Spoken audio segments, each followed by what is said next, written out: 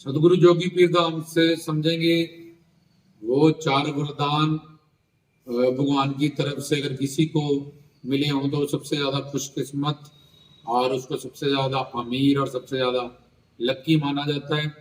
सबसे पहले मानव चोला मिलना, क्योंकि इसमें ज्ञान शक्ति है और ये कर्म योनि प्रधान है। देवता में शरीर में मनुष्य से ज्यादा बहुत ज्यादा ज्ञान है, लेकिन वो तब भी भोग योनि में होता है। मनुष्य ज्ञान शक्ति युक्त भी है और वो कर्म योनि में भी है।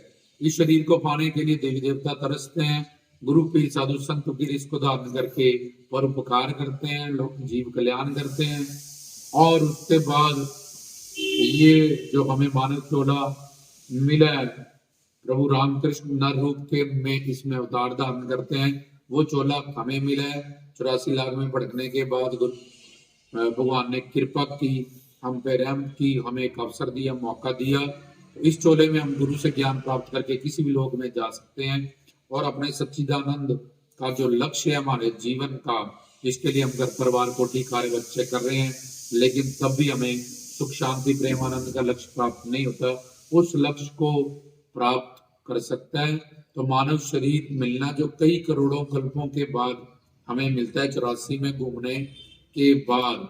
जैसे ये प्रवचन कोई कुत्ता बिल्ला बंदर नहीं समझ सकता है, सिर्फ मनुष्य इसको समझ सकता है, मनुष्य गुरु बना सकता है, ज्ञान ले सकता है, खाना पीना सोना भोगना, इसके अलावा अपने जीवन को सफल कर सकता है। तो मानव चोले का मिलना पहला वरदान है। उसके बाद पूर्ण सदगुरु का मिलना। अगर तुम्हें पूर्ण गुरु ही सही नहीं मिला, पानी पीजियो जान के गुरु की शान के, गुरु कीजियो जान के पानी पीजियो पुण्य के, गुरु कीजियो चुन के, तो तुम्हारा ये जीवन व्यर्थ चला जाएगा, बेकार चला जाएगा।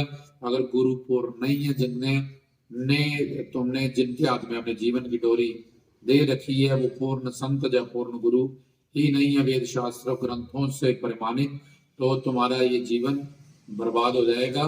तो दूसरा पूर्ण गुरु का मिलन, और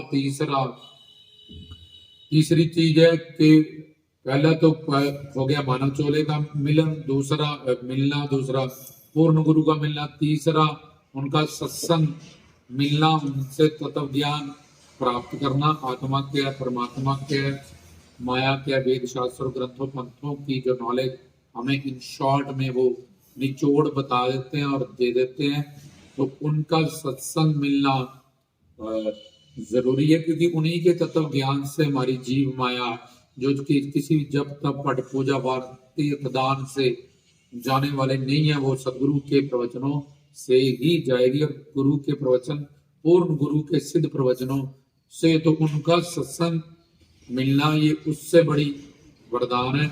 और चौथा, उनकी महानताओं को पहचान जाना, उनके अंदर कोई ज्योत है, वो एक दिव्य पर्सनालिटी है, वो पूर्ण है, अवतारी है, सिद्ध संत है, और उनके चरणों में पूर्णता तन से मन से धन से शरणागति को कबूल लेना।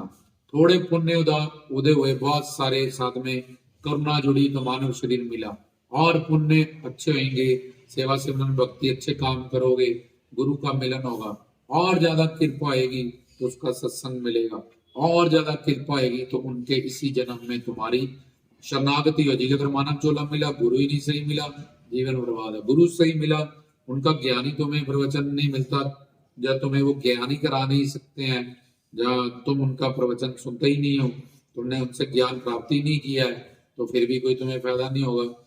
तो उसके बाद अगर तुम ये तीनों चीजें भी करते हो, लेकिन तुम उनकी महानताओं को, उनके अंदर की जोत को, पर्सनालिटी को पहचान और जान ही नहीं, जाना लेकिन माना नहीं, सुना जाना और माना, और हमेशा के लिए मान के रखा, तो तब तुम्हारी शरणागति उनके चरणों में हो जाएगी, तुम्हारे मानव जीने का लक्ष्य हो जाएगा।